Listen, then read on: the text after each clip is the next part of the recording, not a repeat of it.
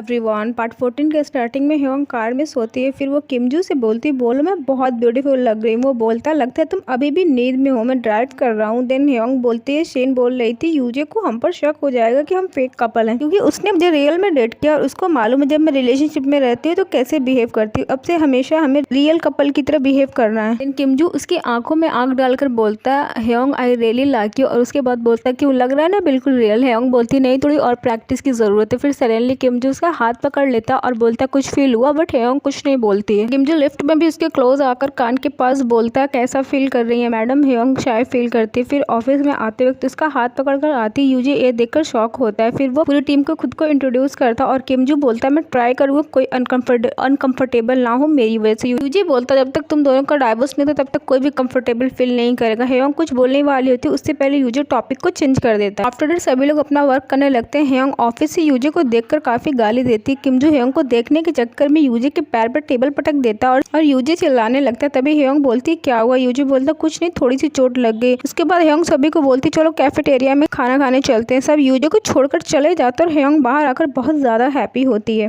तभी कैफेटेरिया में ह्योंग सबके लिए लंच लाती है और हंसते हुए बोलती है, किमजू ने मेरे लिए अर्ली मॉर्निंग उठकर आज किम्बाप बनाए क्योंकि मेरा काफी दिनों से खाने का दिल था। और झूठी स्माइल करती। किमजू बोलता है, इसलिए आप आज सो नहीं पाए। ह्योंग उसे पिंच करती और वो चुप हो जाता है। फिर सारे लोग किम्बाप खाते हैं, बट वो खाते ही सबकी शक्ल इतनी अजीब सी बनती जैसे वो उनके गले से उतर ही नहीं रहा था। देन ह्योंग खाती है और झूठी तारीफ करती है, कितना टेस्टी, मेरे हबी ने कितना प्यार से बनाया मेरे लिए, जबकि उसने खुद बनाया होता है। तब किमजू बोलता, आपको इतना पसंद है तो एक और पीस खाइए। ह्योंग खाना तो नहीं चाहती बट किमजू जबरदस्ती खिलाता है। यूजी ये देखकर काफी जेलस फील करता है। तभी ऑफिस का एक कॉलीग बहुत तेज फोन पर बात करते हुए चिल्लाता है। सभी कंफ्यूज रहते हैं कि इनको क्या हुआ। तभी मिस कॉम बताती कि एचआर सभी पर नजर रखते हैं कौन क्या गॉसिप कर रहा है। उसके बाद वो सीईओ को कंप्लेन करते हैं, जो भी फ्रॉड करेगा सीईओ उसे छोड़ेंगे नहीं। देन मिस कॉम यूजे से बोलती है, प्लीज आप अपने वाइफ के साथ मत बताना क्योंकि वो भी एचआर है। उसके बाद ह्योंग और यूजे में थोड़ी बहुत आर्गुमेंट्स हो जाती है। वेल गाइस, नेक्स्ट सीन में ह्योंग कार में जाकर ड्राइव सीट पे बैठ जाती है। देन किमजू बोलता, मैडम आप इस सीट पर क्यों बैठी हैं। देन ह्योंग बोलती, कार किसकी है। तो किमजू बोलता है, आपकी। देन ह्योंग बोलते, आई थिंक अब तुम्हें मेरे घर शिफ्ट हो जाना चाहिए, तभी तुम पूरी तरह से मेरे लगोगी दुनिया की नजर में। किमजू बोलता, सडनली तुम ये बातें क्यों बोल रही हो। देन वो बोलती, तुमने नोटिस नहीं किया यूजे आजकल हम लोगों को कुछ ज्यादा ही टॉन्ट कर रहा है डाइवोर्स को लेकर। किमजू बोलता, हाँ बात तो तुम सही बोल रही हो, बट मैडम आपके घर में मेरे लिए जगह हुई है। ह्योंग बोलती है ना paint house. Next day Kimju Hyung के घर जाता है, जो पेंट हाउस देखकर शॉक होता है। मुंह बनाते हुए बोलता है, ये रहने लायक प्लेस है। ह्योंग बोलती, तुम जहाँ रहते हो ना उसे बहुत अच्छी जगह है, तुम सफाई कर लो, मैं सामान लेकर आती। फिर किमजू हंसने लगता है। तभी किमजू बोलता, काफी टाइम बाद अगेन यहाँ आया हूँ। और वो रूम के अंदर जाता है अपनी वेडिंग फोटो। फिर वो सोचता है ह्योंग ये भी फेंकने वाली थी किमजू अपने। उसके बाद एक बॉक्स गिरता है जिसमें किमजू की फोटो ह्योंग की मॉम के साथ होती है। उसको देखकर किमजू 2 साल पहले का सोचने लगता है जब वो ह्योंग के घर आता है और मॉम बोलती, तुम मुझे जो बोलना चाहते हो बोलो बट ग्रैंड मॉम मत बोलना। उसके बाद वो इमोशनल हो जाता है। तभी ह्योंग सडनली वहाँ आ जाती है और फोटो को छुपा लेता है। ह्योंग कुछ काम से किमजू के पास जाती है बट किमजू से गलत समझ लेता है और डर से पीछे भागने लगता है और बोलता है, मैडम मैं बिना प्यार के फिजिकल रिलेशनशिप पर बिलीव नहीं करता हूँ। ह्योंग बोलती, तुमने मुझे समझ क्या रखा, और गुस्से में वहाँ से चली जाती है। वेल गाइस, नेक्स्ट सीन में यूनियन ऑर्फनेज में होता और आराम से बैठा होता और हाशिम कपड़े धुलता और यूनियन पर गुस्सा भी होता। तभी वो कपड़े सुखाने जाता और वहाँ बुरा आती अपना बचपन याद करती। तभी उसे यूनियन दिखता जिसे वो बोलती, तुमने वॉशिंग मशीन क्यों डोनेट की है। तभी हाशिम यूनियन को हेल्प के लिए बुलाता। यूनियन भूरा का हाथ पकड़कर बोलता, भागो, और भागने लगते हैं दोनों। और भूरा को काफी ज्यादा मजा आने लगता है और काफी रोमांटिक सॉन्ग भी वहाँ बजता। फिर भूरा स्माइल करती है। यूनियन उसे देखकर देखता ही रह जाता है क्योंकि वो इतनी ज्यादा ब्यूटीफुल लगती है जिससे यूनियन उसकी तरफ काफी अट्रैक्ट होता है। तभी भूरा बोलती, हम यहाँ क्यों आए। देन यूनियन बोलता है, आपने नॉवेल के हीरो का नाम हाशिम क्यों रखा है। देन भूरा बोलती है, क्योंकि इस नाम का लड़का मुझे बहुत पसंद है। तभी भूरा नोटिस करती है कि हाँ यूनियन के हाथों में चोट लगी और उसके लिए मेडिसिन लेकर आती है और वो हाशिम को देखकर शॉक होती है और छुप जाती है। यूनियन भी हाशिम को जल्दी से कार में धक्का मारकर अंदर कर देता है और खुद ही ड्राइव करता है ताकि हाशिम भूरा को ना देख पाए। और वो जाते वक्त भूरा को बहुत प्यार से देखता है। वेल गाइस, नेक्स्ट दिन में ह्योंग किमजू को बोलती है, तुम शावर ले लो। वो बोलता, कपड़े नहीं। देन वो बोलती, मेरे पास है। दिन किमजू बोलता, तुम्हारे घर में जेंट्स के कपड़े कहाँ, ये तुम्हारे एक्स बॉयफ्रेंड के ना। ह्योंग बात बनाते हैं बट किमजू समझ जाता और वो कपड़े पहनने से इनकार कर देता। यूनियन भूरा को काफी ज्यादा मिस करता। तभी वो हाशिम के पास आता तो ह्योंग को देखकर पूछता, तुम टीम लीडर ह्योंग के साथ कहीं बाहर जाने के प्लान है। तो वो बोलता, नहीं उनकी हाउस वार्मिंग है ना, इसलिए वो मुझे इन्वाइट कर रही है। यूनियन शॉक्ड होता है, बोल स्ट्रेंज, बट तुम्हें क्यों इन्वाइट कर रही है। तो हाशिम बताता है कि जो मेरी राइटर फ्रेंड है ये उनकी सिस्टर है। यूनियन बेचारे को भी फिर जाने का दिल होता है और सोचता है, टीम लीडर ह्योंग को मैं नहीं याद रहा। सोचता है कि लूसीफर मुझे जरूर इन्वाइट करेगा। बेचारा यूनियन किमजू के पास खुद जाता है और बोलता है कि लूसीफर, हम दोनों के बीच में भाइयों जैसा प्यार है, क्या तुम मुझे अपने हाउस वार्मिंग में नहीं इन्वाइट करोगे। ये किम जो वहाँ बोलता वो मुझे तो याद नहीं, रेस्टोरेंट से खाना ऑर्डर करना, और वो यूलियन को इग्नोर करके चला जाता है। बेचारे यूलियन को क्या मालूम कि किम जो सच में उसका भाई है। वेल गाइस, नेक्स्ट सीन में हम देखते शीन और बुरा ने पूरी पार्टी की तैयारी की होती है और उन लोगों ने हेयोंग के रूम को बिल्कुल कपल के रूम की तरह सेट किया होता है। तभी बुरा थोड़ी सैड होती तो शीन उसे बोलती अब तो खुश हो जाओ, तुम्हारा चाइल्डहुड क्रश भी तो आ रहा है। तभी हेयोंग और किमजू अपनी पूरी ऑफिस के स्टाफ को घर में लाते। किमजू उनका बहुत प्यार से वेलकम करता है। सभी हेयोंग के घर की बहुत ज्यादा तारीफ करते। दिन सबके लिए खाना लगाते हैं। सब डर जाते हैं और बोलते हैं किमजू ने बनाया, क्योंकि उनको उस दिन का टेस्ट याद रहता है। किमजू बोलता नहीं, रेस्टोरेंट से ऑर्डर किया। उसके बाद सब हैप्पीली खाते हैं। दिन यूजे बोलता मिस हेयोंग ने तो फर्नीचर भी नहीं चेंज किया है। किमजू बोलता टाइम नहीं मिला। दिन हेयोंग बोलती है तुम कितने लकी हो, वरना कोई लड़की तुमसे शादी नहीं करती। तभी किमजू का बेस्टी बोलता है ये गलत लड़कियां किमजू की दीवानी है,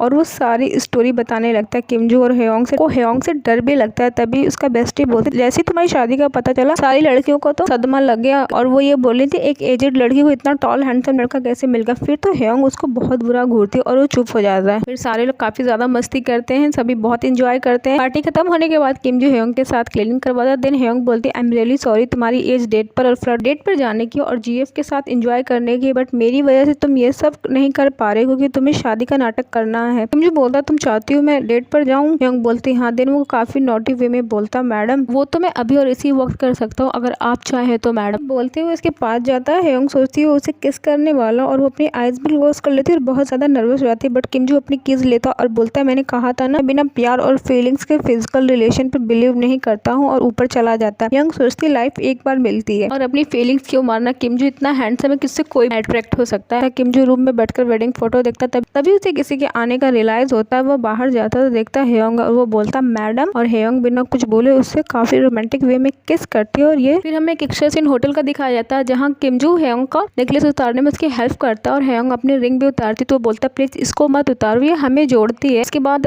हेयोंग बोलती क्या तुम्हें ये रिंग इतनी अच्छी लगती है? बोलता हाँ क्योंकि हम दोनों की शादी की निशानी। तो बोलती तुम क्या चाहते हो मैं तुम्हें छोड़ के कभी ना जाऊँ, तुम मेरे साथ रहना चाहते हो? तो किमजू बोलता है हाँ। उसके बाद वो बोलती है कि तुम कितने क्यूट लग रहे हो। यहीं पे पार्ट 14 की एंडिंग हो जाती है।